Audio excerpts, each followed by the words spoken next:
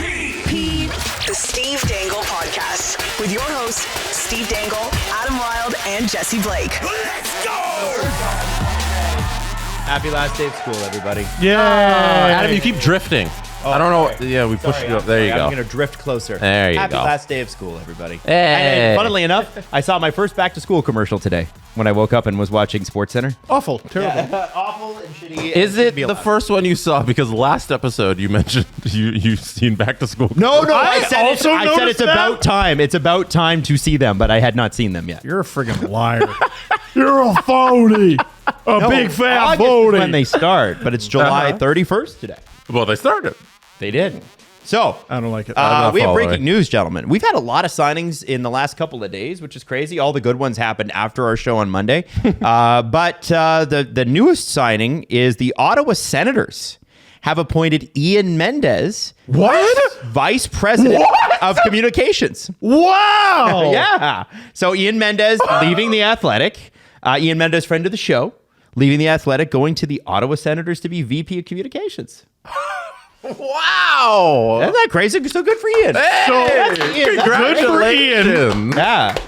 That's sick. There's a few things there. One, couldn't have happened to a better guy. Oh, yeah. Couldn't have happened to a better guy. Two. By the way, wasn't he locked out by the... yes. Sorry. What? Yeah. Sorry. No. What a 180. The previous regime of the Ottawa Senators did not get along with Ian. And number three, you never know who's going to get hired to what, so maybe watch your mouth. What's that mean?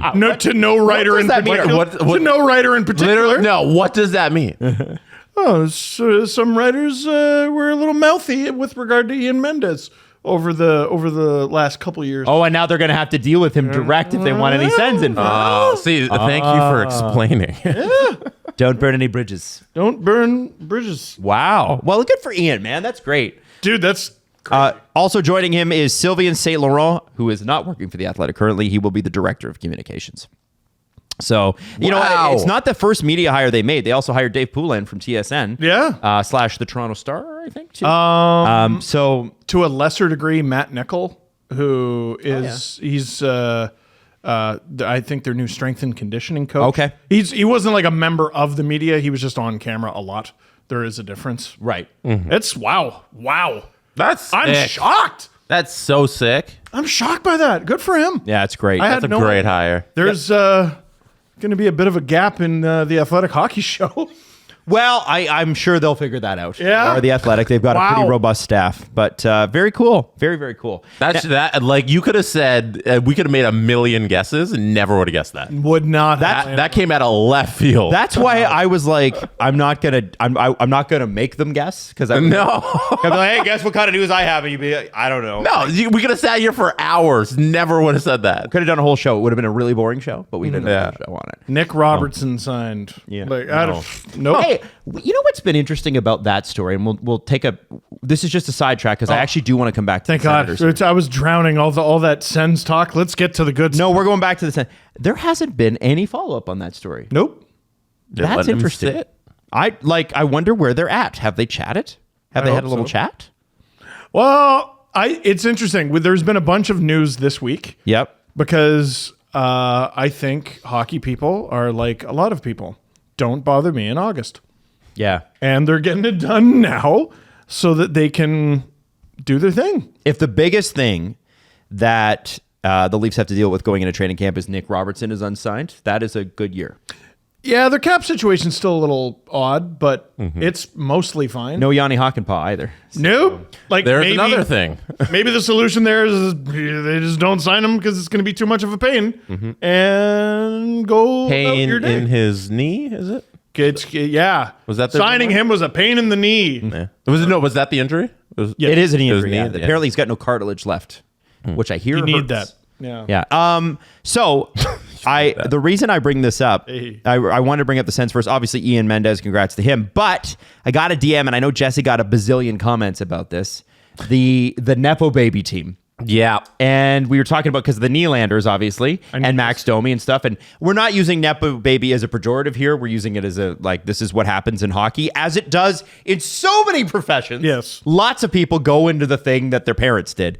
I did. You guys didn't. But, you know, like sometimes it just runs in the family. My mom and dad were both media people. I grew up wanting to be a secretary at the Yellow Pages. Did you? And I failed. No.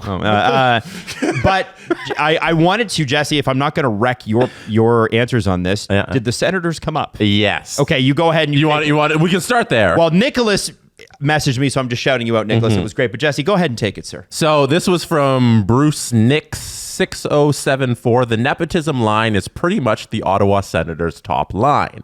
Tkachuk, Norris, Grigg, Sanderson, Chychrun.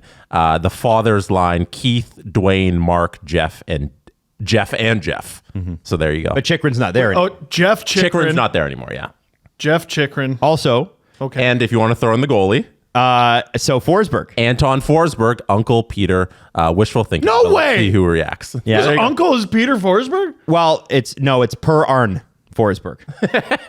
His father played in Division I hockey in Sweden, only one without NHL games. But there's also Nick Jensen, whose Uncle Steve Jensen played in the NHL. Okay. Jake Sanderson, father's Jeff Sanderson, Hartford Whalers, Carolina Hurricanes. I did know great. that, yeah. And Drake Batherson, Norm Batherson is his dad, and Norm Batherson played in the NHL as well. Get out of here. Yeah. Holy Yeah. crap. Yeah. Pretty neat, huh? Holy crap. Yeah, so like half of the Sens is just Nepo babies. Yeah. And I forgot That's about nuts. I forgot about Mark Grigg, but yes. Yeah. It's Tkachuk, Norris, Grigg is Keith, Dwayne, and Mark. Sanderson and Chychrun not in there anymore is Jeff and Jeff. Who's Norris's dad? Dwayne Norris. Dwayne Norris. That, I don't that know means that. two Nepo babies were traded for each other this summer, Jensen Chychrun. And I didn't know Jake Chychrun had a dad that was in the NHL. What? That's cool, huh? You didn't know Chychrun had a dad who played in the NHL? No. He famously, there's a clip. There was a commentator. I forget their name. This sounds bad. Well, It's bad? It was during. I don't remember the game. Did he eat a raw steak on ice like Jake does? No, he mistakenly. Tell us. He mistakenly said that it out. that his dad died, and then had Oh my God. to come back from commercial break and be like, "Hey, so he's fine. He's alive and well." Oh, wow. That's so intense. How have you never seen that Never clip? seen it. Dwayne Norris, by the way, since Adam didn't know, Dwayne Norris was a 7th round pick of the Quebec Nordiques. Only played 4 games with the Nordiques in 93-94, 13 with them in 94-95, and then 3 games with the Mighty Ducks in 95-96, and that's the end of his NHL But he career. made it. He made it. He got 20 games in the NHL and then spent a lot in the DEL, which is Swedish league? German league. There you When go. did he retire? 2007. He played, oh my God, he played from 96 to 2007 in the German league. I love that about guys who decide, you know what? I'm just going to play until they kick me out. Yep. Jesse, go and look at the career of, type in Tony Hand. Oh my Oh, God. we know. Yeah, Yeah, but 3,000 just- points. I get it. Blah, blah, blah. Yeah, blah, but just blah. look at how long he played. He played. They played from 83 to 2015. Unbelievable. That's nuts. That's nuts. Yeah. I Nuts. Scottish Gretzky. There, that's it. All right. All right. Done with it. I have seen so many podcasts. We've done it too. So many. Have you guys heard about Tony Hand? It's like, yes, I've heard about Tony Hand, and he went to the Oilers camp and he tried out, and he's like, nah, it's not for me, bro. Don't want to play with Gretzky. Back to England. I get it. So it didn't- great story. Didn't rate with you on the deserved interesting. It did not anymore. It's been told. All right, now let's go in order. So I got a couple other people to shout out sorry. from the YouTube comments. We had Philip who said not only there, it's not a Nepo line, but it's a Nepo line in the making. Iginla and Doan in Utah. Oh, Yes. yeah. Yeah. They just need a Nepo center. Shout out. Nepo Center. Where's the other one I had? Oh, shout out the Colin who says, I'm a Nepo baby. My cousin is Al McInnes. And I played What? no NHL games. Oh. But I make a really good grilled cheese. Hey. You know what? That matters. Sourdough bread. And last one I wanted to say was a tweet from Devils in the Details who said, Stefan Matteau broke the Devils' hearts in 94. Matteau. Sorry. And Stefan Matteau broke the Devils' heart by being a first-round dud in 2012. Oh, That's funny. yeah, I That's do actually remember really that. funny. I remember So- when he was drafted, I was like, oh, I remember having his dad's hockey card. In There's his some- defense, 2012. Yeah. Yeah, Bad draft. there's some fun Nepo Baby talk from the last episode. We asked you to get back to us, and you did, and there was a lot more that we didn't get to, so thank you for all of that. And we got some stuff on the girl dad. We can do it at the end of the show. Beautiful. Now, Yeah, Marty for that Necas was the first one to be announced after our show last episode. 2 years, 6.5. What do we think? It's funny. It seems like a complete steal, and like he got rocked by Tulski and the Hurricanes. Until you look at how many points he had last year, and you're like, oh, he's good. Yeah. Good. You know what I mean? Yeah. Like he, I think a lot of the 9 million talk and stuff we were hearing in the rumors is based on like potential future performance. Well, you're doing a Brock Faber deal. You're doing a Jake Sanderson deal where you're betting on the UFA years where he explodes, right? Yeah, except he's 26. older. He's older than those guys signing this deal, and he just wasn't worth it yet. So the Hurricanes stuck to their guns, didn't get fleeced in a trade, and instead have a good forward locked up to a reasonable deal. Now, apparently the reason that he was asking for a trade was that he didn't think he'd get the opportunity, especially on the first power play unit, that he was wanting to have. And it's interesting now that Jake Gensel and a few other players have left, it looks like he's going to get that power play time. I think he would tell you, and his agent would tell you, that part of the reason why he only had 53 points, remember, 24 goals, 29 assists, very, very good hockey player, definitely capable of more. He's great. The reason that he hasn't is because he hasn't had the power play time to sort of add up on those stats. And I think that is a fair thing to say. I know you're rolling your eyes, but I think it's fair. And what's interesting about this deal too is that it walks him directly to UFA. Good for him. Yeah, no, like I'm just looking at it. If he was coming off 28 goals and 71 points, oh yeah, he's cleaning up, but he's not. That's what he had 2 years ago. This past year, he had in 5 fewer games, 24 goals and 53 points. Boo. You got to kill it in your free agency year. You have to, and it's not free agency for him; it's restricted free agency. So you want to go somewhere where there's opportunity. Presumably, you want to go somewhere where you're going to get paid. Presumably, you want to go somewhere where you're not going to get taxed to hell. Like how many teams fit the criteria that he wanted? And then there's Carolina sitting right there. Like, you're a Hurricane. We lost a bunch of people. Sign here. Like, is it a coach thing? Is it a Rod thing? Because if there's someone keeping you off the power play, it's Rod. Yeah. Is it a coach thing? I don't know. It just, there's so many scenarios where a player asks for a trade and it just makes sense to stay. I'm not saying, like, I feel like I've been saying that more and more lately. We've been talking about Robertson. This is going to be good for Necas. Well, because we were asking, like, who's going to play for the Hurricanes next year? I think Marty Necas is going to have pretty great. They're going to rely on him for a lot. If you want to be literally the best forward on the San Jose Sharks, great. But you're going to be passing to guys who aren't going to finish. Yeah. And you're not going to get the puck. Like, from who? From who? You'll get lots of opportunity. If it's opportunity you want and 45 points, you will get it. But no, I think he's going to be excellent and return to his 70-ish point self. Yeah, absolutely. I think they got to do a little work at center, the Carolina Hurricanes. I'm looking at their depth chart here, and Jesperi Kotkaniemi next to Necas is something that if I were Necas, I wouldn't be thrilled about. And the reality is that the still unsigned Seth Jarvis is the guy that is the top line right winger right now. So if you want to, I imagine that deal is going to be a big long-term one, like something similar to what, the Jake Sanderson, the Brock Faber deal. If you want to get that position, you have to take that position.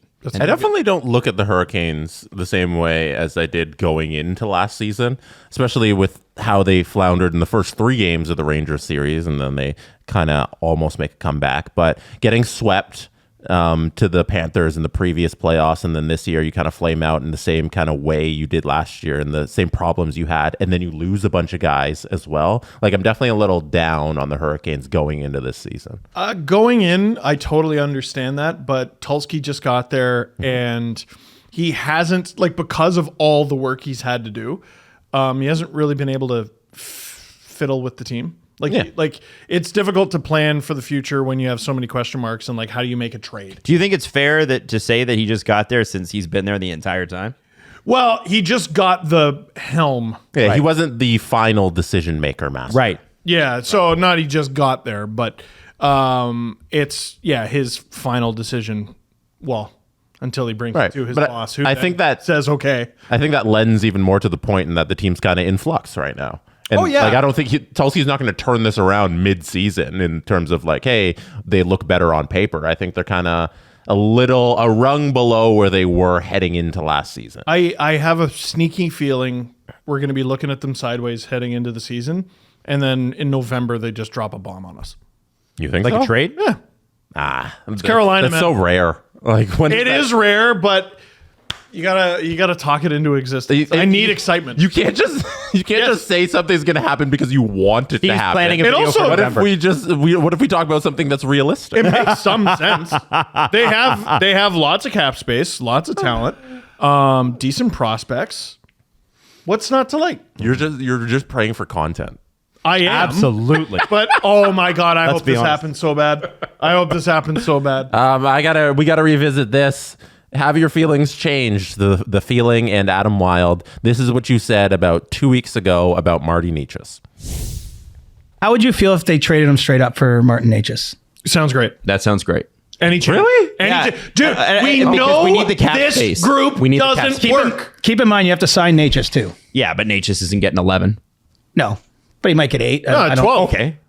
No, 12. So you're in the camp of, like, anything works. Just I'm- do it. I'm not on that. I'm not in the camp of anything works. I'm in the camp of this doesn't work. What they're doing. And then you say everything you said. Yeah. So a couple weeks ago, you guys were just trade Mitch Marner, who you're talking about there, Bob Ogden, for Marty Necas. Yeah. Now that you know what the deal would be to sign Marty Necas, are you still doing the deal? Well, here's a so couple things. emphatically. Couple things here. Couple things. First, yeah. Second, the Leafs would have never got him for that because if they had traded for him and he was unsigned, they would have had to pay a tax on that. I'm giving you the scenario. It's this contract. It's the this one he contract? signed. Are you still doing the I'd deal? be mad at Brad for walking into UFA, but it would allow the Leafs to have another $5.5-6 million in cap space, which is worth at least, About if we look, a first round pick. Like that's what it cost to offload Marlowe's deal, right? It was about a first round pick or Seth Yeah, Jarvis. Seth friggin' yeah. So I look at that and I go, yeah, like I think that they could have used that. Now, can they use that now? No, not really. My logic hasn't changed because it's right. Just like 1-for-1 Marner for Necas. I think that you guys are out to lunch. Again, like listen, like talent wise, yeah, you get murdered on that deal. Yes. You get murdered on that. But those are that's what the NHL is. You get murdered on deals to what Bill Zito said. Remember I brought up the Bill Zito thing and he's like, sometimes you got a square peg round hole.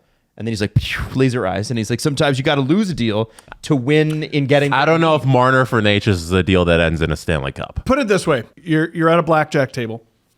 There's 16 people at the table. Mm-hmm. Every hand, Tony hand. Yeah. Every Tony hand, you have the same hand. So everyone else is getting different cards. You don't get different cards. Mm-hmm. Every year, or every hand, you pull a 17. Mm-hmm. That's good. It's good. You might win once in a while. You might win. Dealer might bust. Yeah. You might win. How? There's 16 people, 17. I mean, it's not bust. Yeah. Mm-hmm. Yeah. It's not 16 or No, 15.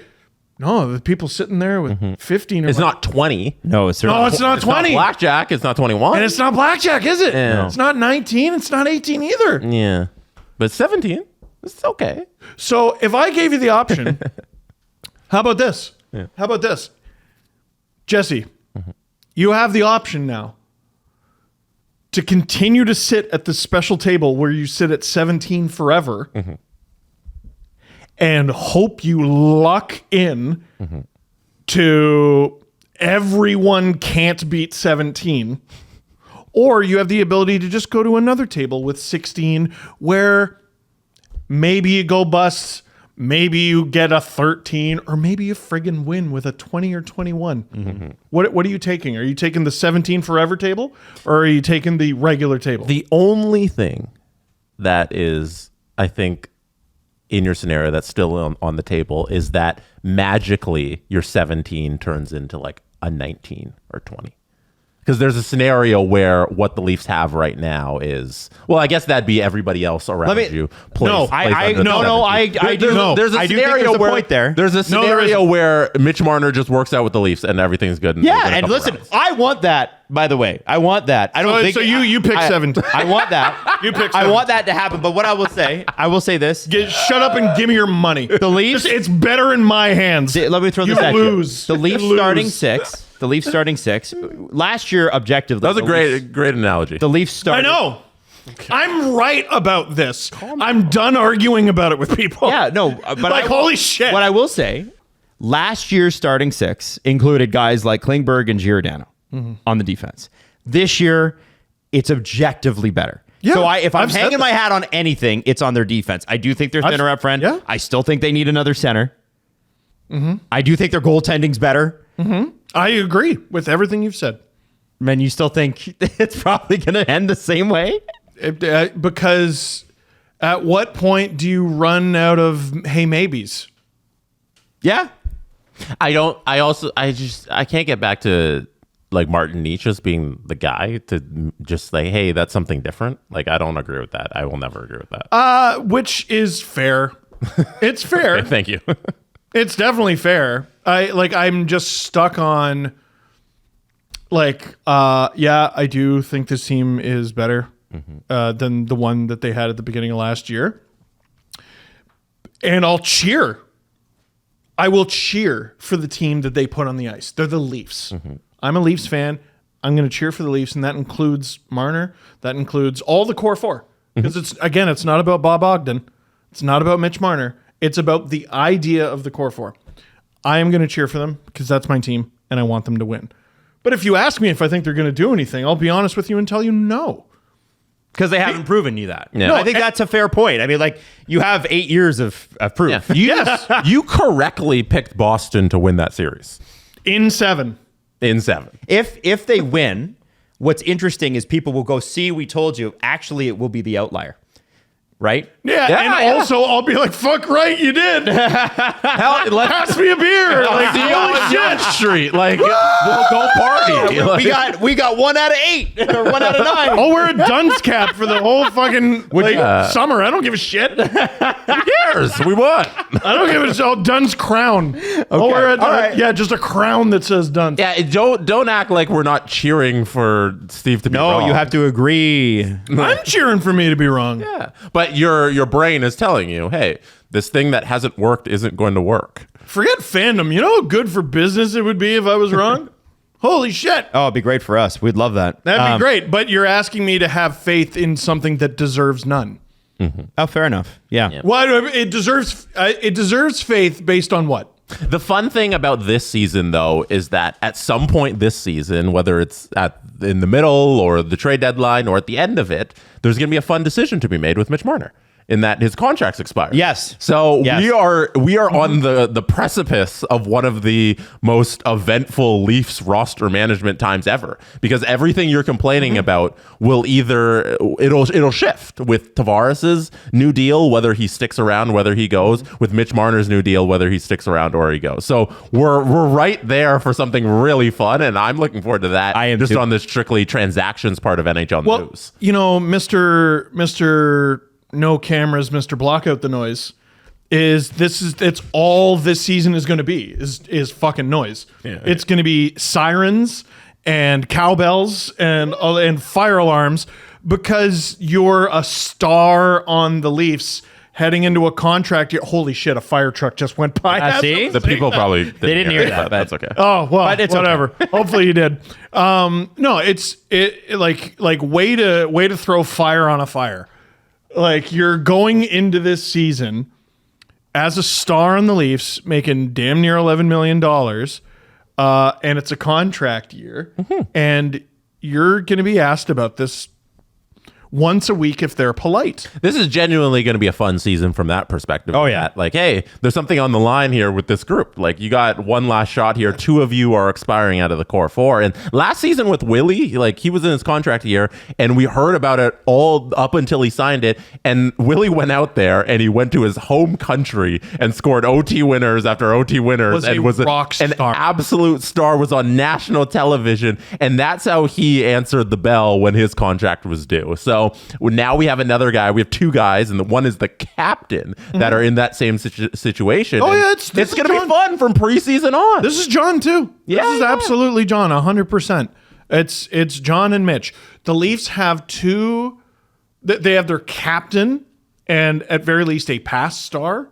I saw a TikTok. He's one of the top 8 non-Ovechkin guys in goal scoring over the last decade. Unbelievable. I probably wouldn't have picked him. But if you go back to 2012, like, oh, yeah. He is a pending UFA. Marner is a pending UFA. That is huge news. If the team does great, then they're probably not getting traded.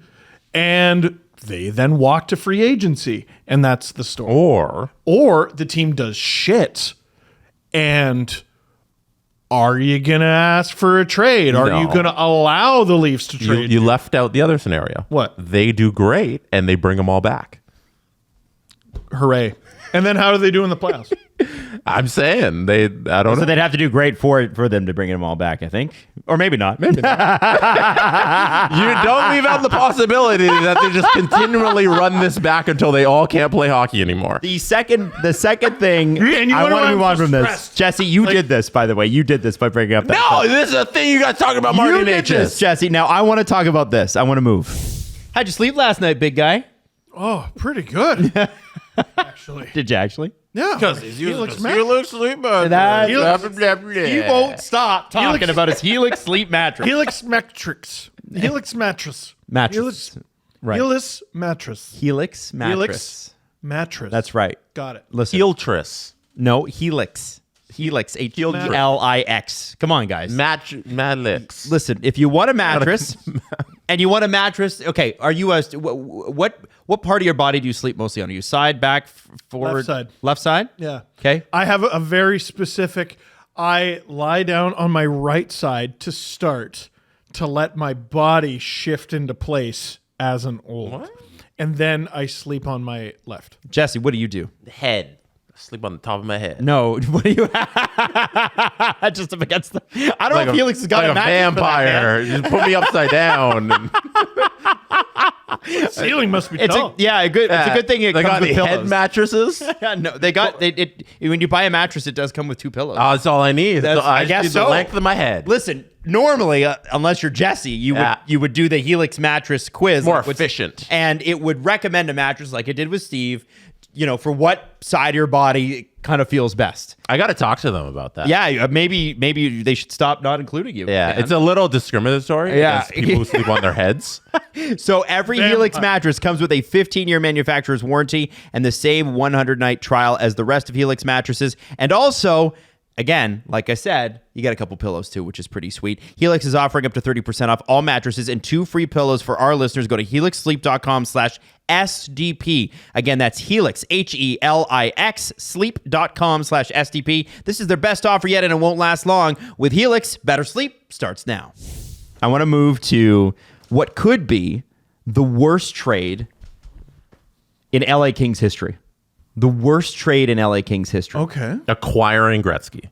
Not acquiring Gretzky. That was a great trade. Okay. Because they didn't really give up. It did pretty well. Yeah. When they traded him, I don't know what they got. That was probably not great, but Oh God, PTSD from that fucking trade tree video. but let's talk about this.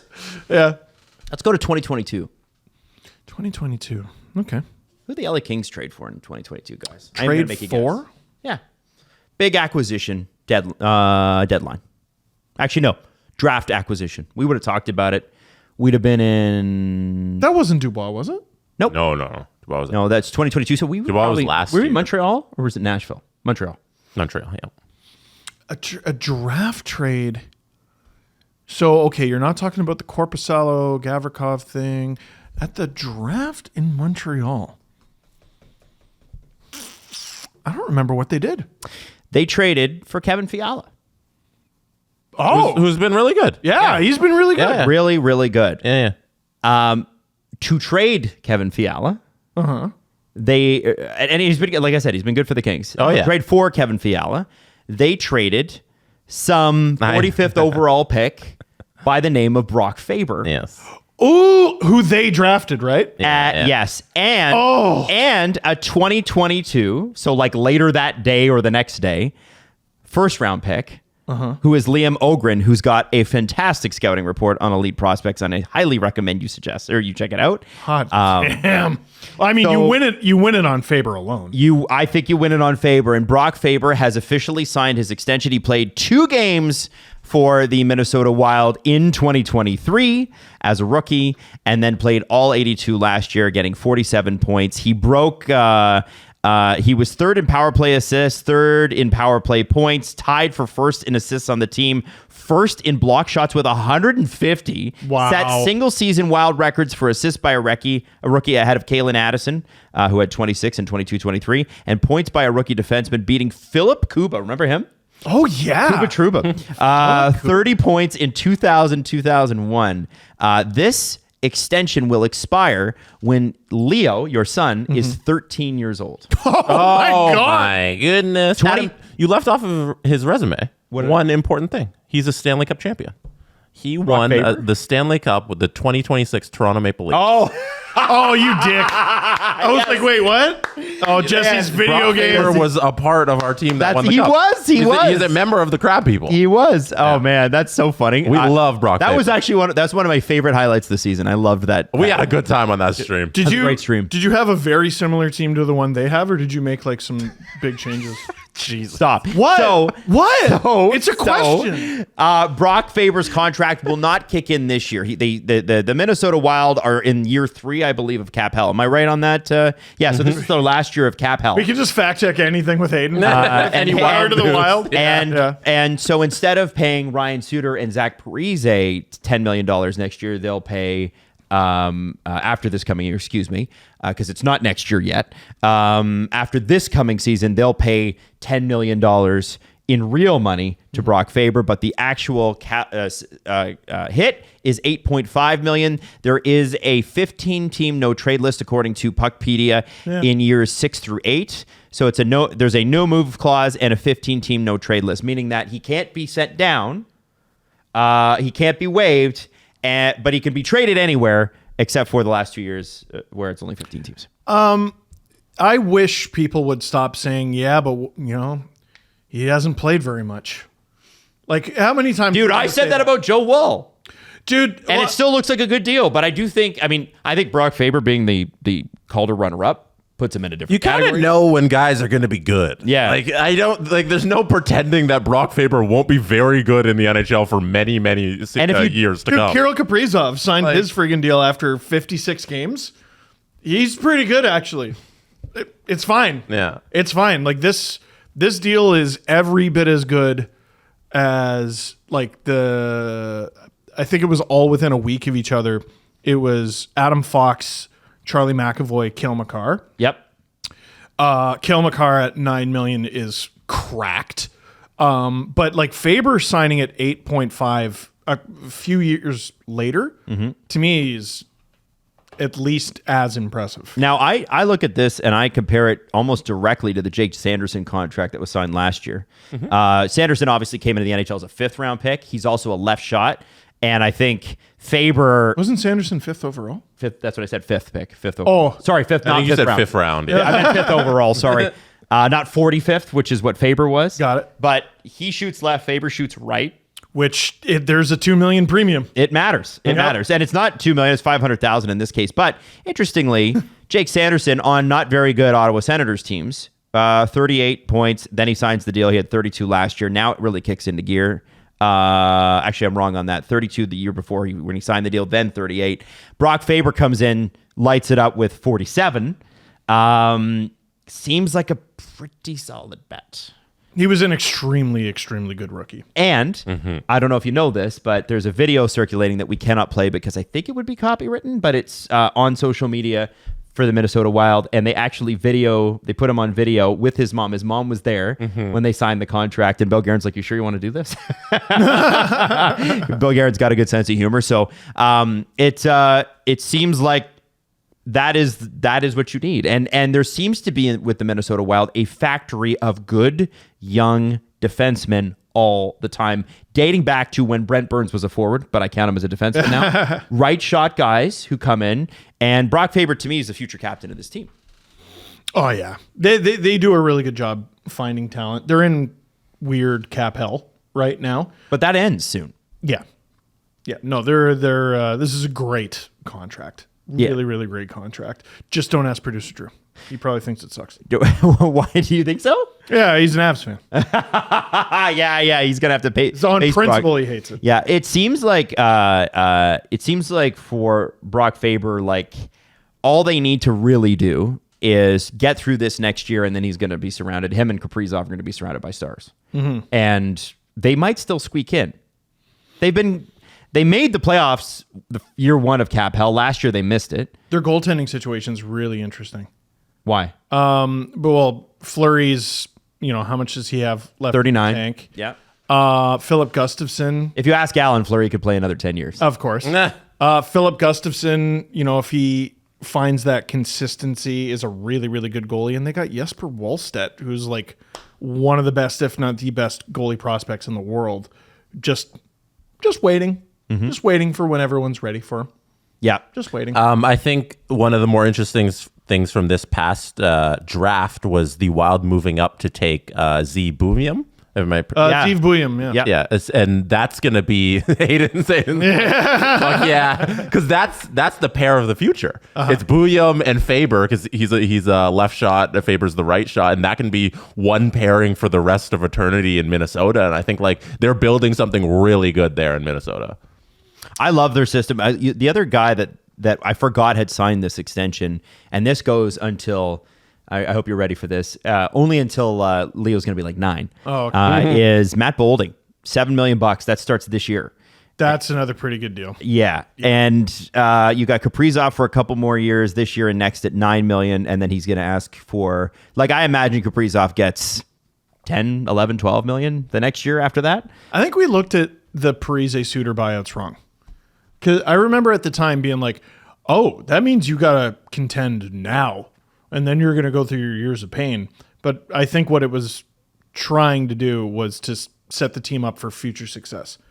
We're going to do what we can now. There's going to be some pain.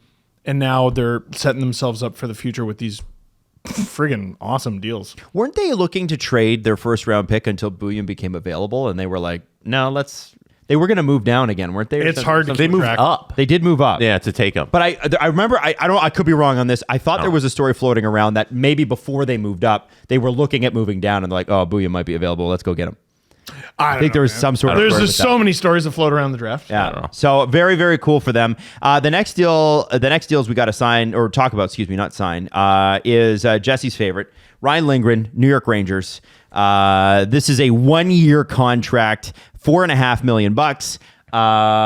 Jesse, talk about Ryan Lindgren in the playoffs last year. He was an important piece of the defense of the core there for the Rangers because the thing they struggled with in the playoffs, and you saw like, hey, it's a flaw when you don't know where the guys are going to play and you're in round 3 of the playoffs and we're still making changes around in the forward group and on the defense. You have to figure out where Trouba fits, and sometimes he's on the first line, sometimes he's on the first line, first pairing, sometimes he's on the third pairing. But Ryan Lindgren kind of always had a spot And he's 26 and he knows what he is at this point. And I feel like you bring him back. It's only 1 year. We'll see how it goes after this. I thought it was a little curious that you only ink him for 1 year. I guess that's why the salary is a little higher than it should be, but it's a decent amount. And you know you're going to trust him come playoff time. It does walk him right to UFA too. It does. That's why I was a little curious about the 1 year, but we'll see how it plays out. I mean, President's Trophy winner, Final Four. You're probably looking at it like, yes, this is not the greatest move for the future, but we might win now. Yeah. So let's try to do that. It works for now because it worked last season. Keep the band together. Yeah. They also got, I forgot about this, but they also got a salary reduced Riley Smith from the Penguins. And, you're looking at the ages of the New York Rangers. Panarin, 32, Zibanejad, 31, Kreider, 33, Trocheck, 31.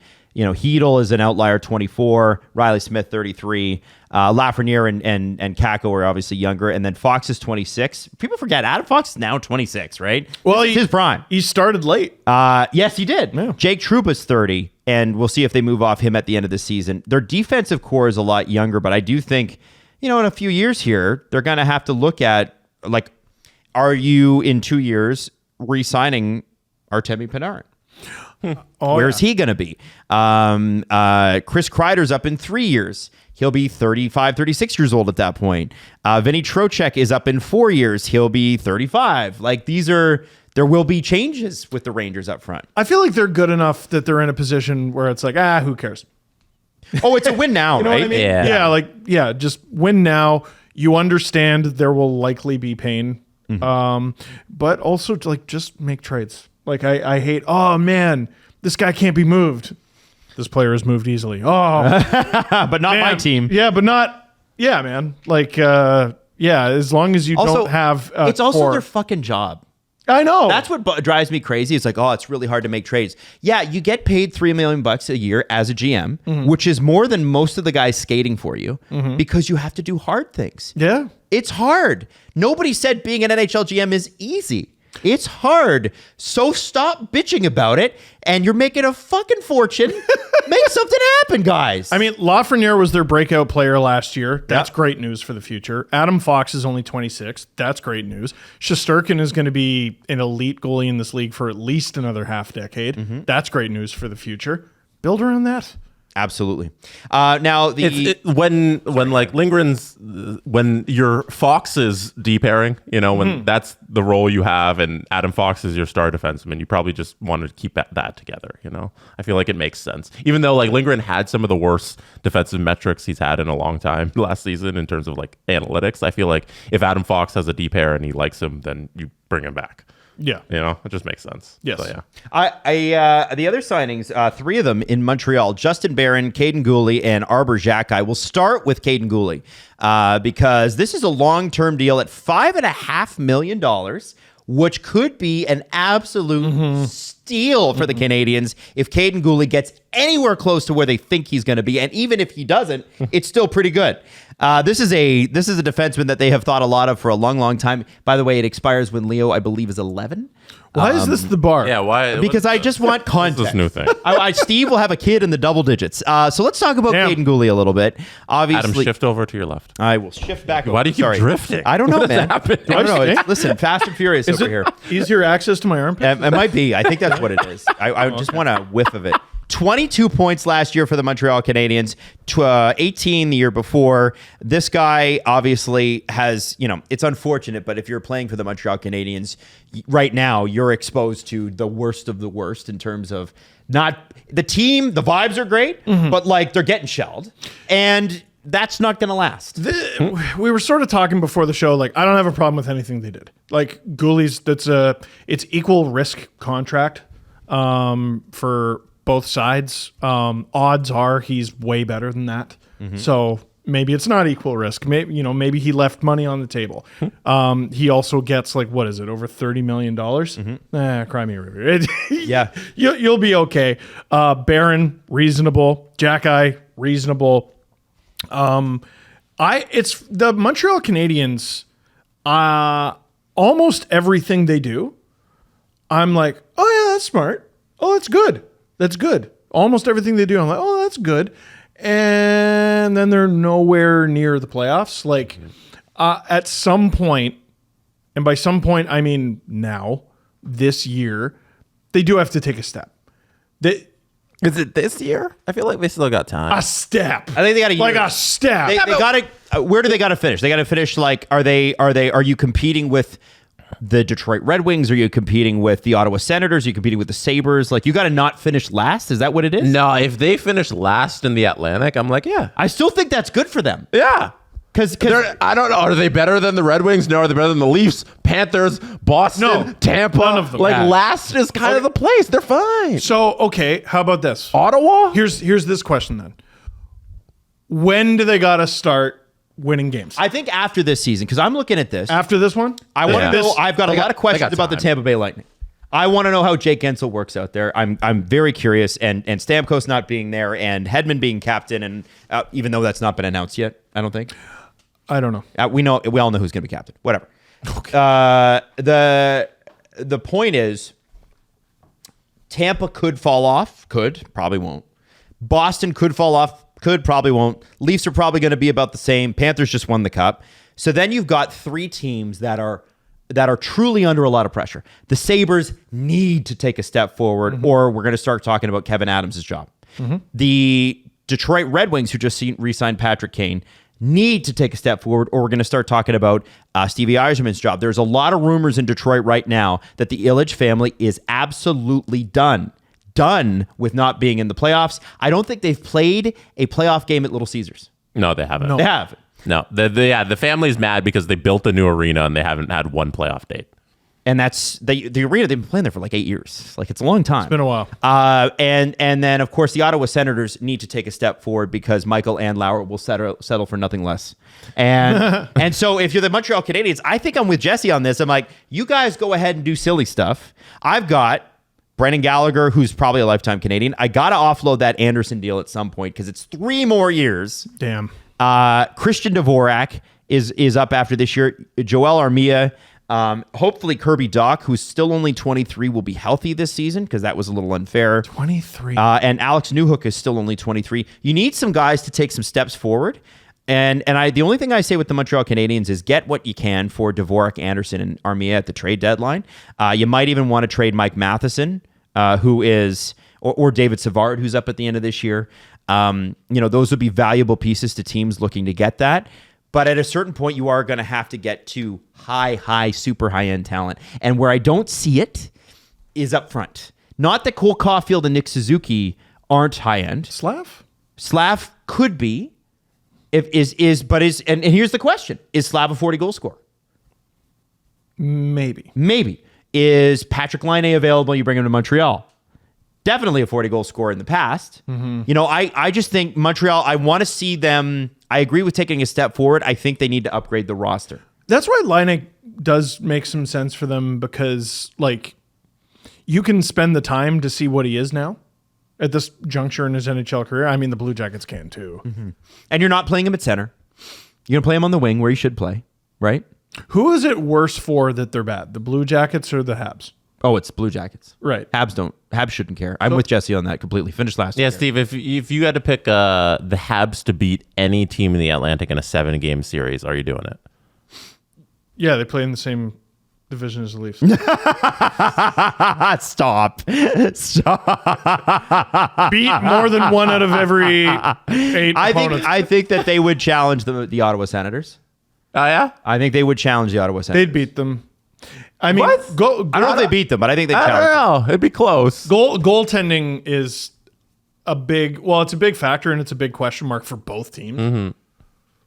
Wait, the Sens have Allmark. Yeah. Now, whoops. I look at the Canadians and I say they're perfectly in the great point of their rebuild where there's no expectations. If you do good, you're good. If you're bad, you're bad. You have just a great collection of young players. Let's just hope they all mature into something special. Yes. I'm good with the Habs. I think Pretty bad for a while, man. I like their moves. Yeah, I do. They went to the finals in 2020. Yeah. That's very recently. 21. Oh, 21. Sorry. That's even I know, lends but even it's more to been my point. Agony since. 3 seasons? It's 3 years, not in the playoffs though.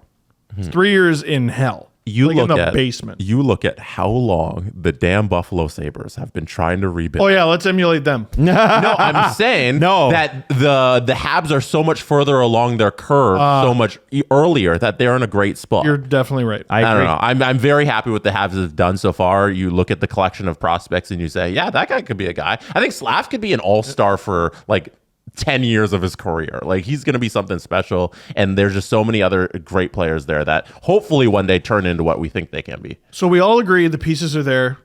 We all agree they generally do the right things. And we've landed on they got to start winning 25-26. I don't think they can start winning whenever they want to start winning. I think 25, 26. I'm I not think 25, putting 26. a number on a team when it's like, hey, it's just watch and see. I think you go into next year. You want to go into next year's draft because I think they've got 2 first-round picks next year, if I'm not mistaken. Calgary, isn't it? Yeah, I think. Damn. Which Calgary's looks like they're Or is gonna it Florida? suck. Here, let me find out. I'm finding out. Where's Puckpedia? here? Calgary. So. Puckpedia draft pick details. They have. It looks like they've got Calgary's. So what's crazy about it is Montreal could have 2 picks in the top 10. You should be bad this year. Calgary's going to be bad this year unless it's hockey and they're like some Cinderella story. Surely that pick is top 10 protected. Surely. I'm looking at it right now. What the hell is going on? Actually, Puckpedia is really valuable. Like it's really easy to navigate this. Montreal Canadiens acquired Sean Monahan and a conditional 25 first. Conditional. Conditions are first round selection acquired by Montreal. In the event Calgary's 2024 first round choice is selected, is a selection between 22. So it was a 2024, but it slid to 25. No. Yeah. So to exchange for a conditional 25 first round or a 26 first round, the conditions list is as long as a university thesis, but Hayden, put this on the screen. it's crazy. Look at this. What? Like I'm not reading that. Holy cow. That's nice for you, but I'm There's not reading so many conditions on this first round draft pick. that. If Calgary own a 2025 first round choice, Oh my goodness. and it it's top looks of the like a top page 10. from the Bible. You know It does. You know, it's just a wall of text. for some reason, Florida is a part of this as well. If Florida owned the 2025 first, Oh my because it had to do with the Huberdeau trade, I think. Adam, it's too much. Yeah, I don't know, man. It's too much. It seems like it's protected, though. I mean, that's a lot of words. I think That's a lot of words. I think Calgary got it from Florida and then sent it to Montreal. I think. Is that what it is? I don't know. Okay. Well, either way. Holy wow. Either way, you got your...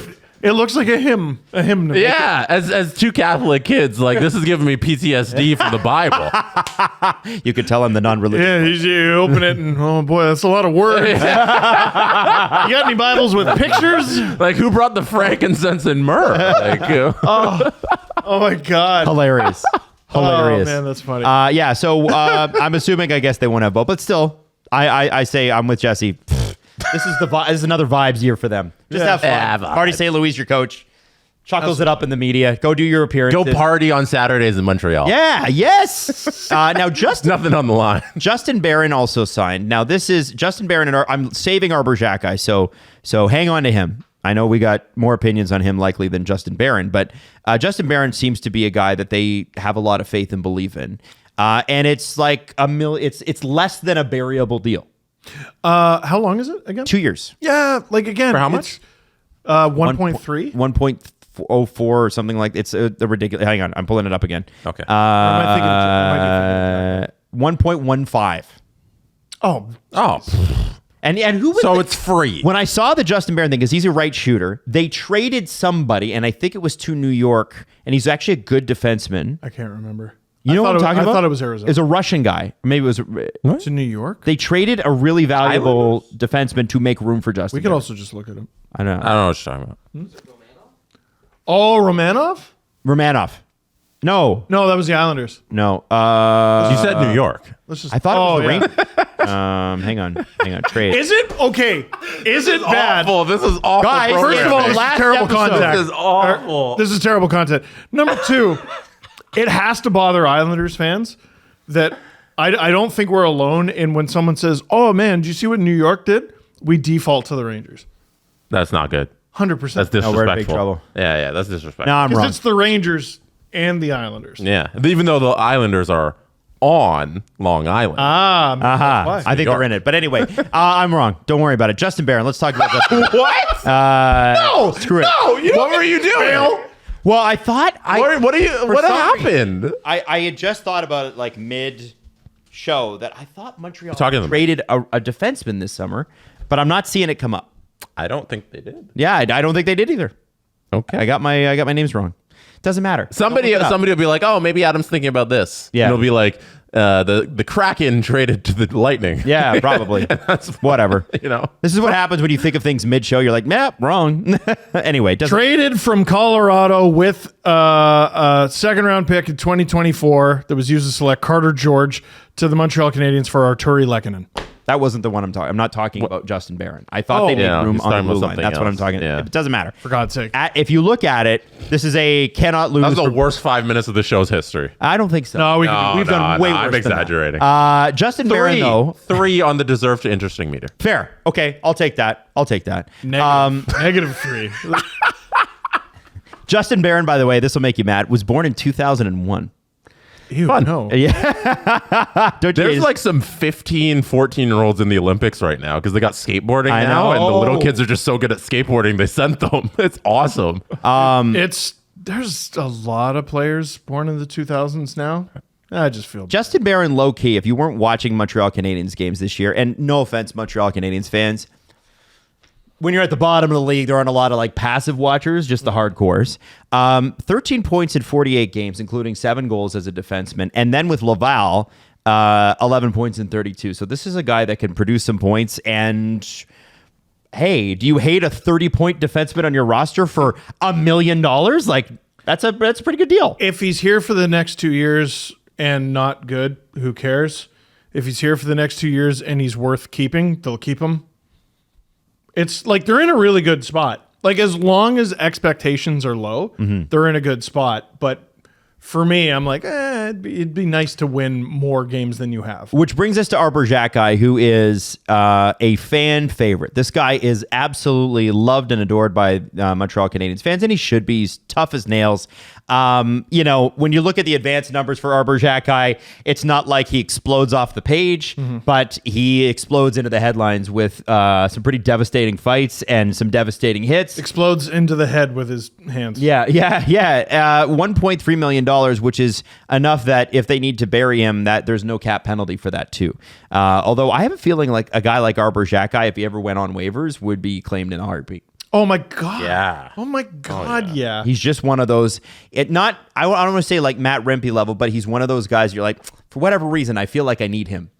I need him on my team. People are more scared of Arbor Xhekaj than Matt Rempe. Well, because he wins fights. At this stage in his career, dude, that guy's a problem. That guy's an enormous problem. And he spent so much of last year injured that I can't help but feel like the first time the Montreal Canadiens and New York Rangers play, both of those guys just lock eyes and go, doesn't it feel like we were destined to do this? That will be actually. I think that the heavyweights are making a resurgence around the NHL. It's kind of nuts. It's happened quickly. Yeah. I think there will be some must-watch matchups this year. I think Reeves is still in that conversation. I think Xhekaj, Rempe. Who else would you put in there, guys? Buddy from Columbus, I should remember his name. We just talked about him. Matthew Olivier. Yes. I think is his name. A good Rempe fight. Nick Delorier is still in that conversation.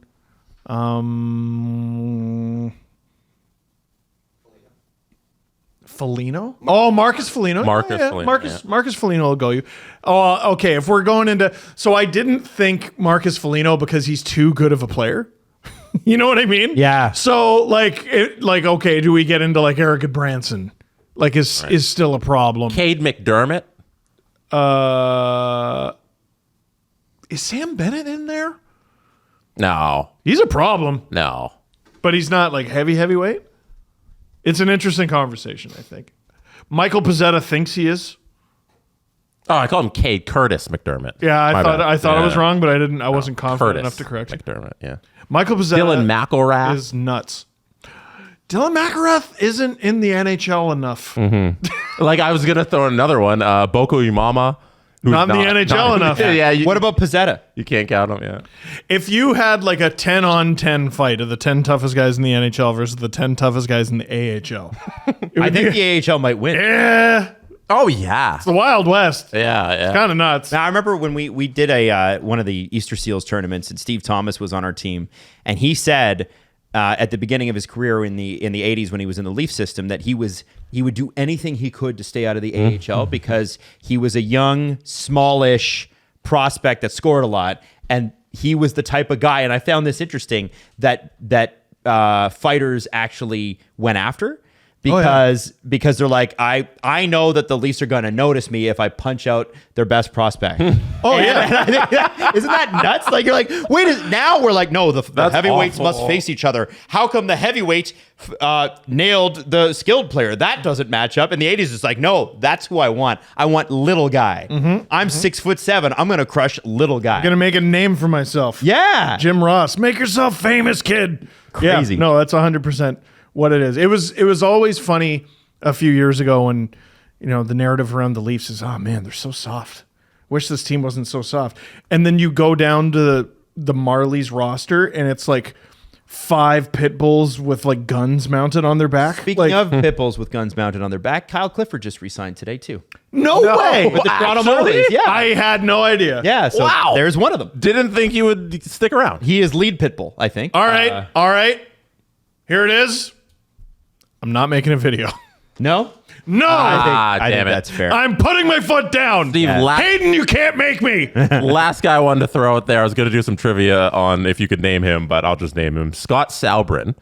Oh, Scott Sabrin. Yeah. Where Who Matthew played? said, who the fuck are you? Yes. And then he did go into the Leaf system. He played 1 game for the Toronto Maple Leafs, 6 games for the Marlies, and that was it. But he's a big tough guy. Yes, he is. Yeah. He has 3 games with the Sharks last season. Spent the most of the season with the Barracuda down in San Yeah, I'm looking at that Hockey DB page, Jesse. It's a lot of pink. Yeah. Yeah, the pink is AHL. Yeah. A lot of pink. Yeah, so I don't know if he counts. He probably wait. falls into that AHL guys. Let me just say this. If we were going to power rank AHL Twitter accounts, San Jose Barracuda are number 1. 18 goals, though. Yeah, not bad. 190. Holy smokes. That's a lot of penalty minutes. Penalty minutes, yeah. Yeah. I love the Barracuda. 18 goal. How was he on the ice enough to get 18 goals? I'm shocked. That's a lot for the AHL too, by the way. 18 goals is significant. It's a different league. Yo, does Completely. Sabrin have a piss missile? Yo, he might. Let's He look it up. scored on the Leafs. Yo, let's put Sabrin versus Martin Firk. Hardest He shot in the did AHL. not score on the Leafs. Oh, you mean on the Against Leafs? He scored against Oh, the I thought you Leafs. meant like while he was Isn't on that the Leafs. frustrating? He only 2 goals he's ever scored were with the Senators against the fucking Leafs. He scored. It was the first goal of the season the Leafs surrendered, I think. There was a very brief moment of time where he was outscoring Austin Matthews. But Matthews ended that game with 2. Because of course he did. That's silly. Yeah. That is very funny. All right, looking at the camera and say, "Who the fuck are you?" to Scott. Who the fuck are you? I'd love to have him Matthews on. didn't say that. I don't even think he said that. I I want think to he have just Scott. looked at his If jersey. Scott Sabrin, if anybody knows Scott Sabrin, I would love to have him on in September and be like, Scott, how did you score 18 goals with 192 penalty minutes? Explain. With the Barracuda. Yeah, like explain. Tell us how that's possible. How many fights would he have to have per goal? Like how many fights between goals? 192 is 10-ish. 10-ish fights between goals. I don't know. That's crazy. 10-ish penalty minutes. Yeah, that's wild. It's wild. And The Barracuda, by the way, were. Oh no, never mind. Those are this year's standings. I was gonna say they were awful, but let me see where they were last year. Oh yeah, they were awful. Last. Yeah. Well, and the Barracuda were bad and the Sharks were bad. This is not great. oh, That's shit. not super duper. They were last. No, in the second Pacific. last in the league. but who in the led the league? Pacific. They Oh, were- yeah. they were Yeah, last. but they were top 3 or 4 in penalty minutes, Jesse. So Oh, Scott did all that. the Tucson Roadrunners used to. Wow, they 1,200 penalty minutes. They're Oh, my almost 1,300. Damn. I can't believe. Usually, when your team is dog shit at the NHL level, at least you have like a decent AHL team. Yeah. This is a weird way to look at it, but like the Sharks could be so young this year that Sabrin just ends up playing every game because it's like, well, if anyone touches any of our top 5 picks, you need to like kill them. Who's the Coachella Valley? Who are they affiliated to? Seattle. Remember they just took the head coach. Right. Bilesma. Right. Yeah. Because I remember thinking like, wow, Coachella Valley's really good when I was looking at the standings, and then thinking like, freaking Seattle. Like I remember thinking that friggin' Seattle. They're gonna have some reinforcements. Yeah, but I mean, don't make me call Sid 6-0. Means nothing. Calder Cup means nothing. Laval Rocket were also not good. That's surprising with the Montreal Canadiens being not good. Well, maybe with these teams they're graduating too many guys. Like, yeah. Celebrini's never going to play for the Barracuda, right? So with the Habs, it's not just they're graduating too many guys. It's they're all getting injured. Oh yeah. Yeah, no, they've had a huge problem with that. Yep. How many goalies have the Habs had to go through? And then they all got healthy, and then they traded them all, and then it is not uncommon to see a struggling NHL team with a struggling AHL team. The Rocket were also in a tough division. They actually finished ahead of some teams in the overall league standings that made the playoffs. Like they finished ahead of Lehigh Valley. They finished ahead of Texas. They finished ahead of Manitoba, all who made the playoffs in their divisions. Oh, wow. Even though Laval was 22. So not as bad as I said. They just finished last in their division. The bottom 5 AHL teams from last season. The San Diego Gulls, 28. The Iowa Wild, 29. San Jose Barracuda, 30. Chicago Wolves, 31. And last place, the Bridgeport Islanders. Wow. No. Really? Interesting. How did Steve's favorite team Henderson do? Henderson, Nevada? The Henderson Silver Knights were 27th. They're just outside the bottom 5. No, Henderson, I think, is my second team now behind the San Diego Gulls. Oh, right. San Diego's team. Who was 28th? Man, okay, listen, I'm dying. Because of those San Diego ad reads with Tim Hortons, Yeah. I'm dying to go do a show in San Diego because San Diego is actually beautiful. We got to go see the Gulls. That's why I wanted to go, because it's nice. Yeah, and it's a good I've heard military it's town. nice. See the Gulls. Oh! Like, seagulls. That's what SDP goes to see the Gulls. Oh my God. That's the name of the trip. Terrible. Win your way onto the See the Gulls plane. That's like a 4 out of 10 on the deserve to title meter, okay? What was the AHL standings on the deserve to interesting-o-meter? That was like a 6. 5. Okay. Yeah, that's a good. I'm interested. Is it ahead of Adam forgetting that nobody made a trade? There was. Did I fucking dream this? Dude, that was -3. I'm weird. It's so Yes, weird. you did. I got. No. Here's what's gonna bug me. I'm gonna spend like all afternoon going, who the fuck made that trade? There was. I think you made it up. I must have. Maybe I dreamt it. I don't know. Yeah. Anyway, it doesn't matter. Jesse, Yeah. I disagree with Adam, though. The deserve to title meter. This episode's called See the Gulls. Hey. Let's go. All right. Hey, traveling this summer? No. 'Cause if you, well, you're not. I've- Steve, you ever been to Italy? No, I'd like to go. Oh, okay. He's been to very quiet parts of Scotland though, Yes. where there might not be a lot of Wi-Fi, right, Steve? Yeah, it's true. And it's easy to get lost. Sometimes you need something like Saily. Saily is from Nord Security and is the new eSIM service app. How does it work? Well, you download it once. An eSIM can be installed only once. It eliminates the need for you to install it in every country. You save time. You avoid scams. You minimize roaming fees. This is key. And you stay connected. No more wandering around looking for public Wi-Fi spots when you're abroad. With an eSIM, you are always connected. And here's the thing. It's good with all iOS and all Android devices, 24/7 support, chat support available 24/7 as well, full refund if you need it. And all you have to do is buy a plan. There are multiple plans in over 150 countries. Also note, NordVPN people, very nice. They'll They'll be very nice in the chat support. Have you dealt with the Talk to them. NordVPNs? The chat? Great people. I love that. Great Okay. people. Andrea, fantastic. Okay. Yeah. Shout out Andrea. Shout out Andrea at NordVPN. So there are plans for 150 different countries around the world. You install the eSIM. If you ever purchased an eSIM plan on the Saily website, you'll just need to download the app first, and then you can obviously use that while you're traveling this summer in countries that may not have it. Or you know what? Listen, there are a huge swaths of Canada that don't have good Wi-Fi or cell coverage.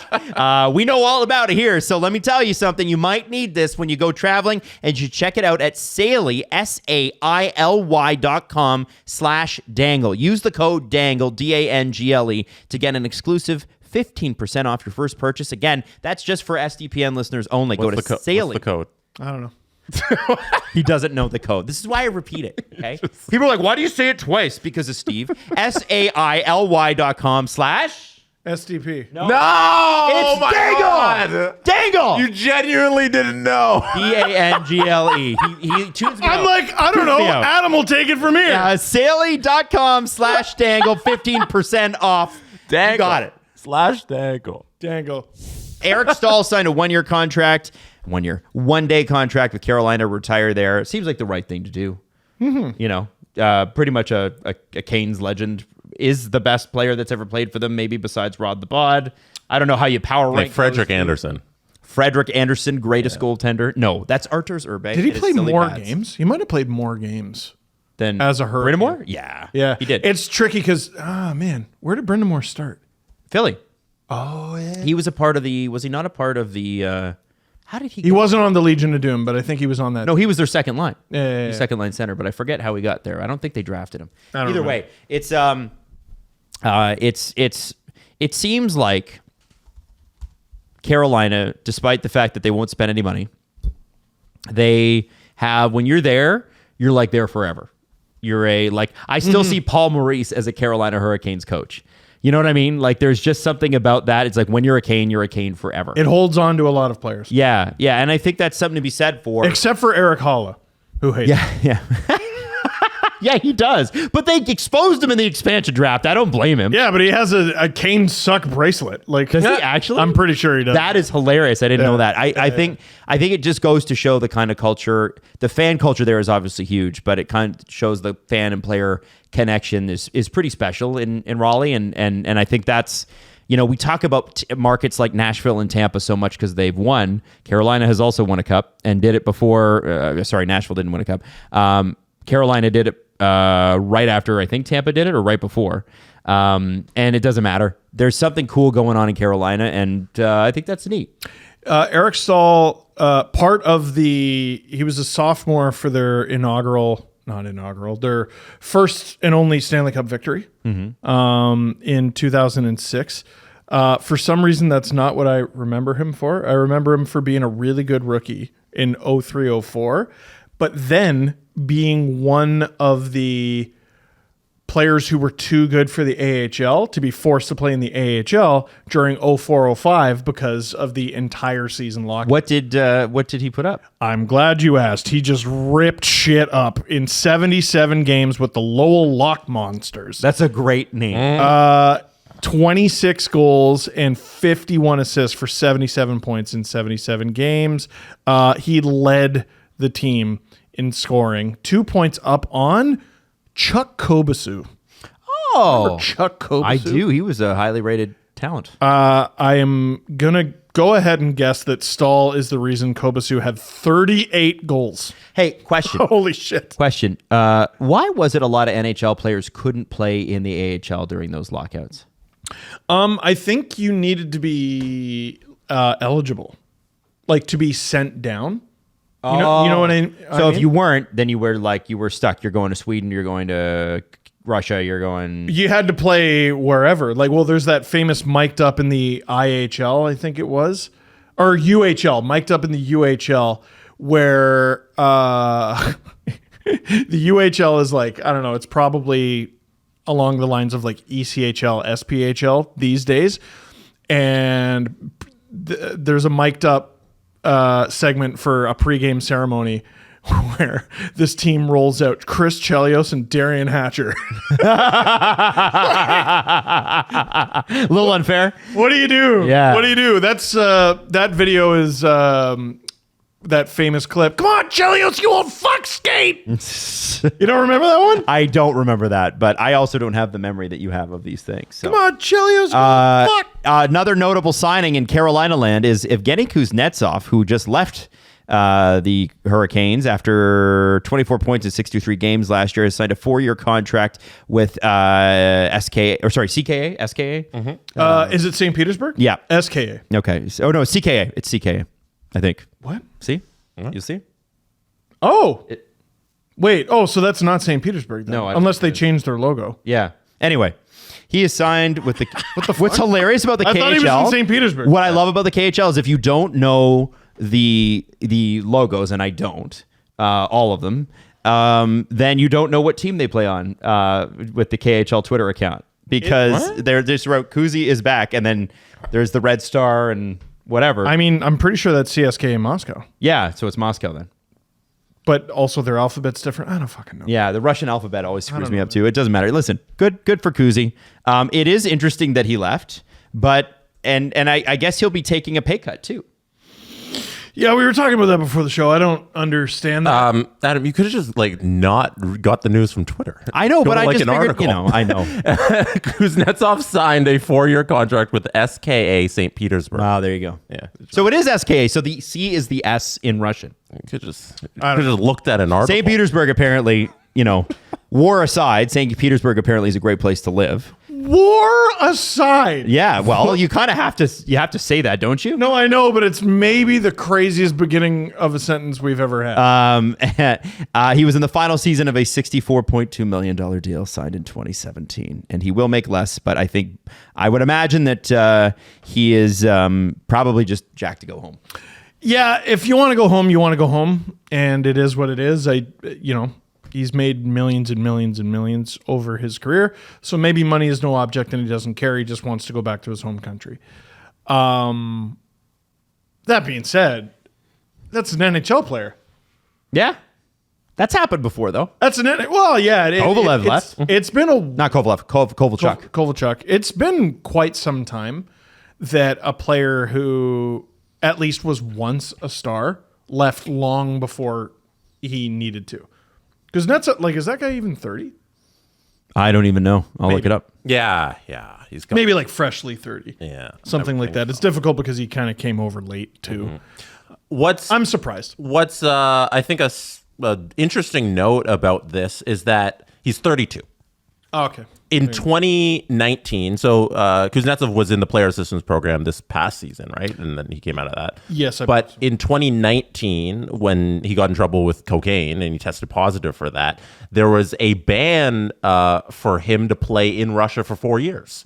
What? Yeah, they banned him because of the positive test and being a Russian athlete. He was banned from playing in Russia for 4 years, and that ban would have been newly lifted because that happened in 2019, and now he's gone back. So who knows? Maybe he was waiting for that to expire this whole time. Wow. Yeah. Wow. You guys also brought up a great point when we were talking about it. I'm like, but that's not where he's from.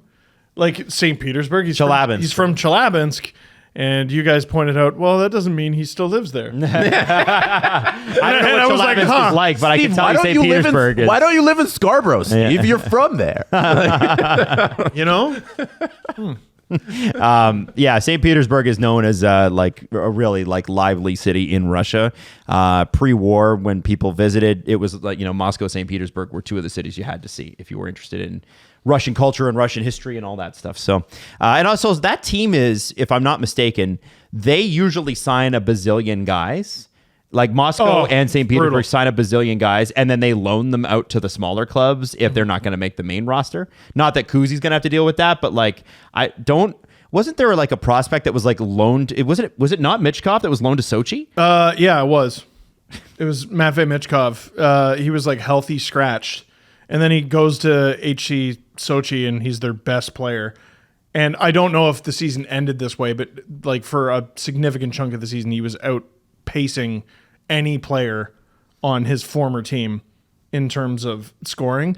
They also famously had Igor Ozhiganov, who they knew they were going to lose to the Leafs. So they're like, meh, and they just healthy scratched him half the games.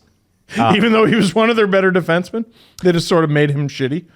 Lastly, before we get to the press conference, I did want to say that Utah Hockey Club is holding a summer analytics challenge.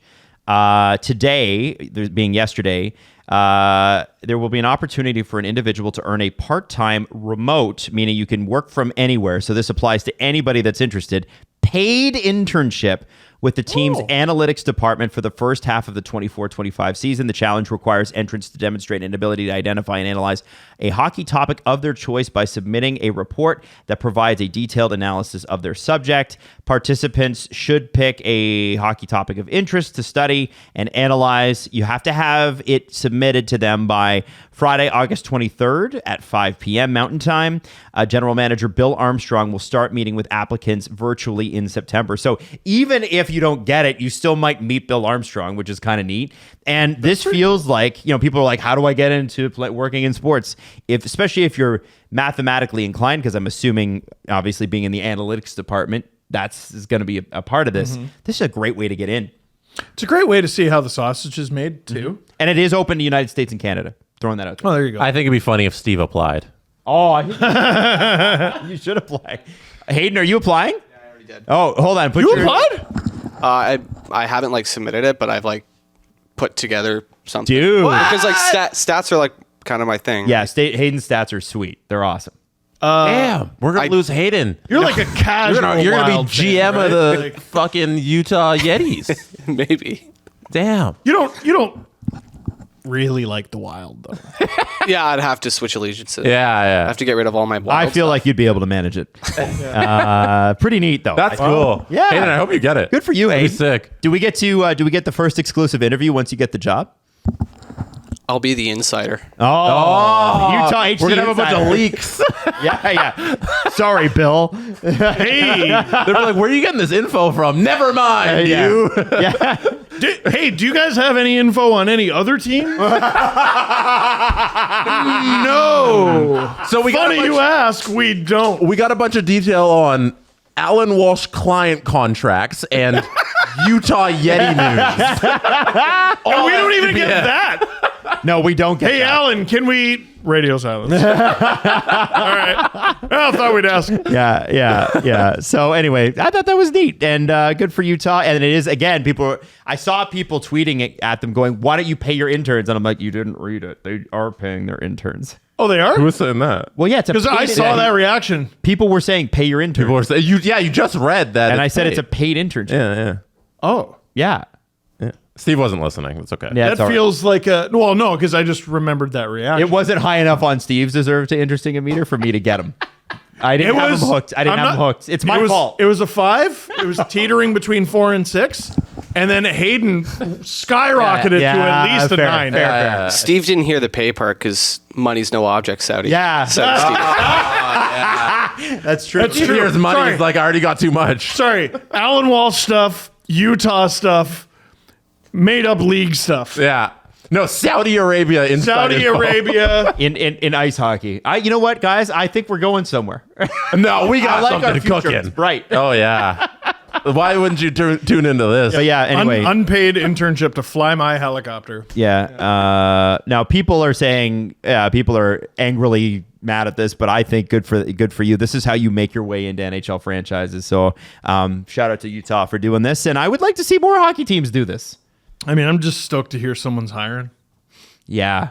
I'm so sick of, did you hear there's more layoffs at every company in the world? It's one of those. And you're like, every company in the world? Yeah, it's all of them. every single one. There's 20 companies that haven't started yet that are doing layoffs. Yeah. It's kind of nuts, right? Oh, fuck. Yeah. So let's do, should we do the press conference? The Presser. SDP. The Steve Dangle Press Conference. We have 2 things we need to get to before we close for the summer and we go spend time at Steve's pool. This reaction to the girl dad conversation comes from Contracts Wrath Knock 6737.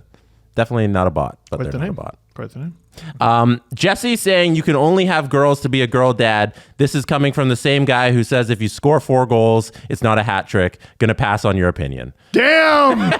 Oh, that's a smackdown. Oh, my got one God. Wow. So, all right. Valid. Whatever. Wow. 4 goals is not a hat trick. Screw you. And then I'm going to present 2 opinions from both sides, and then I'm going to get Michelle's reaction because she heard it, and she's coming back at you, and I think she has some really concrete evidence. And to re-up what we were talking about, Steve keeps calling himself a girl dad, and my sister was angry at him because she says you can only be a girl dad if you only have girls. You know why I hate this? Like, I already can never win an argument with one Blake.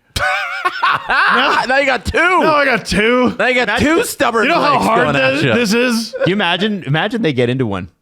Michelle and Jesse. Oh, never ending. Never. That's called my life. That is funny. Just argue at a family get together and then stay up until 4 a.m. angrily texting each other. I once told her she wasn't an athlete. I was like, What? How are you still and living? she's still been mad at me. It's been like 10 years. She's still mad at me. Like Tony Soprano, you never had the makings of a varsity athlete. That's you and her. Yeah. That's crazy. We're not competitive. JHJW7PU says, nah, Steve is definitely a girl dad. I'm a girl.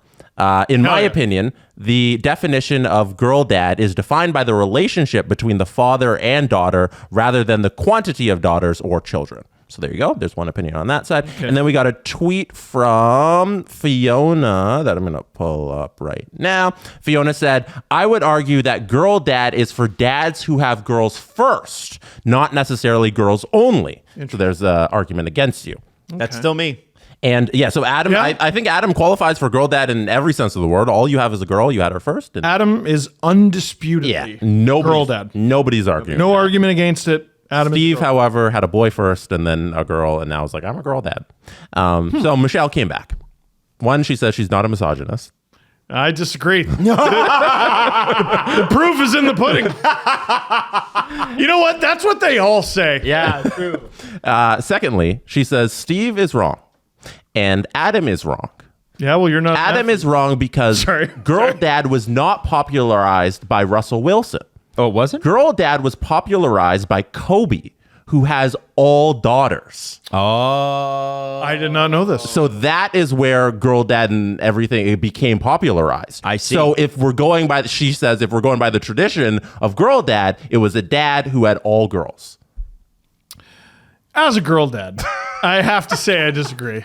No, keep telling women they're wrong. It's just No. You're doing your service as a girl dad by telling a woman that she's out of place. Jesse, I will always call out misogynists. Oh, okay? yeah? I will always go back at misogynists, and Michelle is one. And the least athletic misogynist. She has plenty of friends that are girls. Oh, I bet you do. I bet you do. Oh yeah, plenty of friends who are girls. She doesn't do see gender, Steve. Oh yeah, I bet you don't.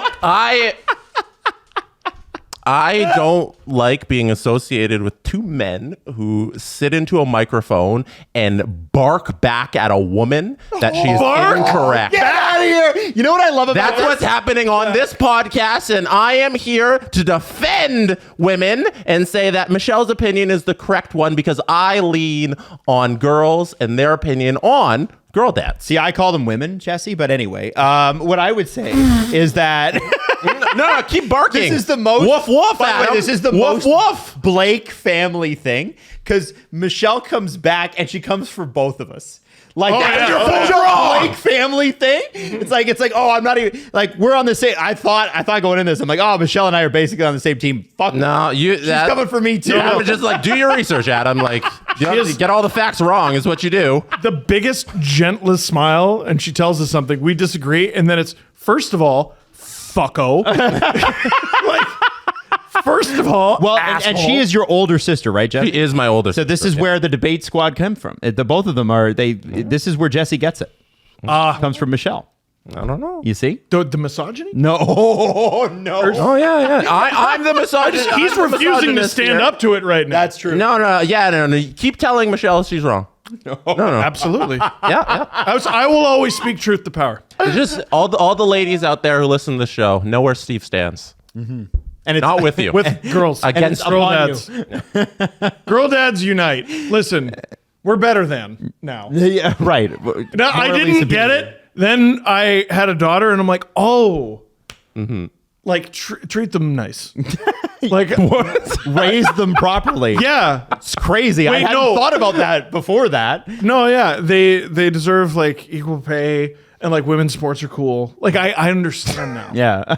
I get it now. They're like, Caitlin Clark. The moment she was born, I went, Oh! Wasn't Caitlin Clark drafted the same month as your daughter's birth? Pretty sure. No coincidence. No coincidence. No. The last thing we have to do on the show to end the summer, or to get into the summer. I have one thing too, but Sure. What is it? What is do you guys care about some league leaders that'll be hilarious that Hayden came up with? Do you care? Can I? Sure. Yeah, read them off. All right, real quick. Read them off, yeah. Who was the saves leader? Name someone. Name a goalie. From the NHL this past year? Yeah. Connor Hellebuck. Okay, go Jesse. That's a good pick. UC Saros, 1,672. Hot damn. That makes sense. Shorthanded goals. Who led? Oh, I know this one. No! I'm upset. Just signed a big I contract. forget. Elias Pettersson. Just signed a big contract. Didn't he? Brock Faber. Travis Konechny with 6. Damn it! Penalties drawn. This will surprise you. Connor McDavid. Michael Bunting. Matthew Tkachuk, 50. That does not surprise me. He drew 100 That's minutes not in surprising. penalties. Hits. Who led the NHL in hits? Matt Martin. Luke Shen. Jeremy Lozon, 383. Hot damn. Block shots. Hint, it's a defenseman. Thank you. Oh, good. On a team that's not good defensively, but this defenseman's good. All right. Which duck?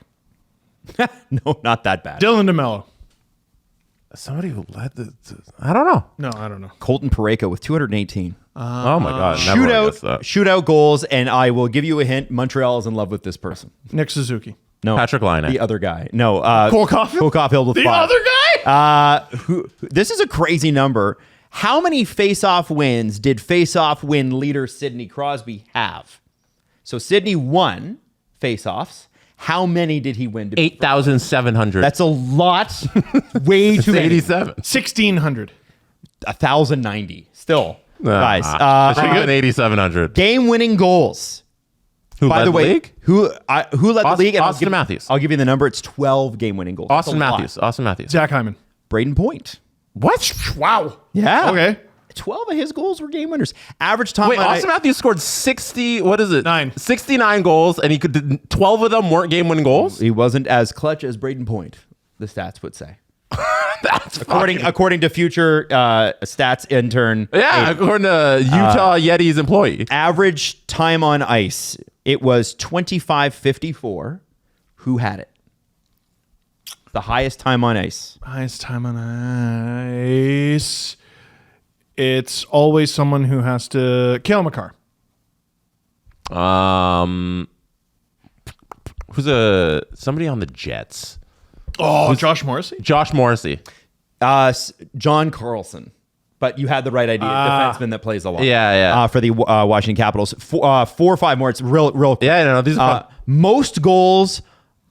Austin Matthews. Most goals against while on the ice. So most goals on ice against is the way it's written. Right. And this name is man, this is an ugly stat. Jesus. I didn't realize it was this bad. Hey, oh my God. Eric Carlson. Okay. Oh. That's a good guess. It's a good guess. It's not right. It's not right, but it's a good guess. Based on your reaction.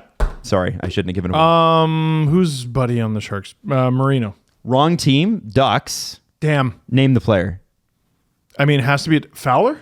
Fowler. Hey. 141. Shit! That's awful.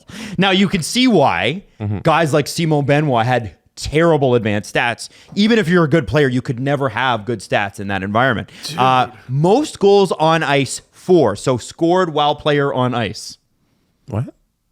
So it's basically the opposite of the last stat. Oh. Most goals on ice, 4. Most goals, 4 on ice. McDavid. Nikita Kucherov. Good guess. Nathan McKinnon. Well, it was one or the other. 187. Yeah. And that's insane because listen, Colorado Avalanche for a lot of this year, and even producer Drew said it, they're like a one-line team, and that's a fucking good line though. Holy shit! Who led the league in shooting percentage? Zach Hyman. Hyman. Somebody else. Reinhart? Damn it. 24.5. Takeaways. This is a good one. Usually it's Mark Stone, but it's not this year. Austin Matthews. Oh, damn. Barkov. Malkin, 90. What? What? Yeah. Takeaways are an odd stat because it does Because they're not kept properly at all. They're never not kept properly. No. The takeaways and giveaways are incorrectly tracked by the NHL public stats. Internally, every team has their own system. It's more accurate that way. And giveaways tracked by the NHL, a name will Mitch Marner. And it's because, remember, it's always guys that have a ton of the puck a ton. Marner's a good guess. Who is your guess? No, I was kidding. Morgan. Okay. Well, because it's somebody with the puck a lot. Who's your real guess then, Jess? Giveaways, most giveaways. And this is the last one. McKinnon. Okay, so you say McKinnon. Morgan Riley, because you made it sound like it was a Leaf. David Pastrnak. Oh, there you go. Yeah. But again, Not even You got to pick just somebody who's a high usage player. 100%. Yeah. Oh, here, bring the mic down. Hayden has one more. Hayden's got one more. I guess you guys can all guess on this one. Who had the you might have it on your text there, Adam, but who had the most penalty minutes total? Oh, I don't know. Is it not like here. Rempe? No, you didn't play enough. Is the fights? No. Who had the most, and how many would it have been? I'm going to say Matthew Tkachuk. Oh, that's a good one. I'm trying to think of someone who was like kicked out of a bunch of games. I know it is. I think it's the other Tkachuk. It's Brady, right? The You know what? answer It's absolutely Brady. the answer with 153 penalty minutes this season is Liam O'Brien. Oh, there you go. Wow. Coyote, great.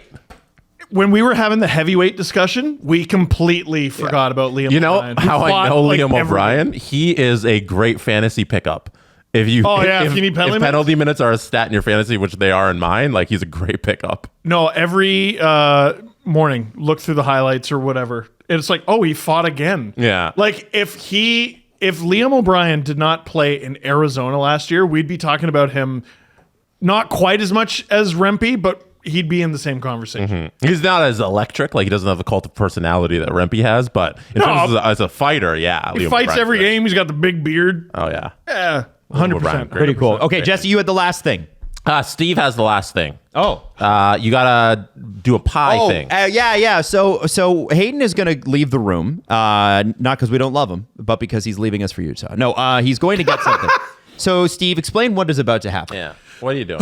There was a stream, I think it was during the playoffs, where I was trying to encourage people to gift as many memberships as possible. And they're like, well, if we hit our target, what are you going to do for us? And I couldn't think of anything on the spot. You'd be amazed how hard it is to come up with something on the spot. So I was like, I don't know, I'll get pied in the face. And I haven't paid up yet, so it's time that I pay up. Now, Justin Fisher ordered this pie on Uber Eats. No, he didn't. He No, he went to didn't? the store down the street. Oh, he went to the store down the street. This looks like a pumpkin pie. It is a pumpkin pie. It's a little early to be doing a pumpkin pie, don't you think? Fuck you. I mean, isn't that usually a fall thing? Is pumpkin pie like a thing? Oh, I thought you meant in the day to be having pie. No. And I was like, I'm a grown up. I'll actually have pumpkin pie whenever I want. Now, I want to say this. It's not a Steve pie in the face if Jesse doesn't do it. No, Jesse, you've got to do it. Jesse has pied Steve in the face twice. Once with an anchovy pie, and once with what was the other one? What was the other one? There Was it the- Apple? The one at 888? Yeah, you friggin'. So you got me with a bunch of whipped cream, but then I guess they didn't think it through. And this is a conversation Justin and I actually had to have. They pied me in the face with a pie that had a top crust. So they just mashed me in the face with a solid food. Wasn't great. No, part of getting pied is the mess. Yeah. So there was no lemon meringue or anything. So we came up with pumpkin. I think, is it funny if he does it to himself? He's just like sitting there like a masochist. Yeah. Steve, can you pie yourself in the face? Yes, Jesse, good idea. Okay. Is that stupid or should I do it? I mean, I like when you put, because you're thorough. Yeah, but I might hurt you again. Yo, He's bumped his nose a few times. Jesse Raiden punched me like. Jesse, can you do a Adam, gentle? no, you got to do it. Why do I gotta do it? I've done it twice now. I think the people want to see a third. No, Adam, it's your turn. Step up to the plate. You've never pied Steve. Steve, it'll be ridiculous if you pied yourself. It's a little too much. People will start thinking you like it. I think it's Adam's turn. All right. I think it's Adam's turn to officially so pie I'm going to move Steve. into Steve's camera. Or we can just go to the 3 shot. We can get it right. Yeah. Yeah. Okay. 3 shots the best. All right, now, listen, this is the last thing that we will do before we end the season, and I just want to remind you that September 21st. I know. I'm in the splash zone. You are. Nah. Where else? I want to remind you that we will be live in St. Catharines September 21st at the Corson Clubhouse for the second year in a row. Tickets are available online. Maybe we'll bring a pie to that too. Maybe we'll pie Steve a bunch of times next year. You ready? I think you like it. All right, and then we're gonna hit the extra. Ready? I'll pie it and I'll hit the extra. No, I'm just gonna gently. I'm not gonna hit you like Jesse hit you. No, Yeah. I'll get close. No, you stay in the shot. All right. I don't You know want to what? get in the splash zone. Hayden, just do a one shot on Steve here because I'm gonna get in close. No, I want to see the pie. okay, we need the full shot. All right, there ready? you go. In 3, 2, you gotta look me in the face. Yeah. 1. Oh no, you rubbed it. There it is. Hey! Pumpkin was the right. Is it choice. good? Look at the nose. Right down to the crust. Happy summer, everybody. See you in September. The Steve Dangle Podcast. Follow the guys on Twitter at Steve_Dangle, at Adam WYLDE, and at Jesse Blake. Connection complete.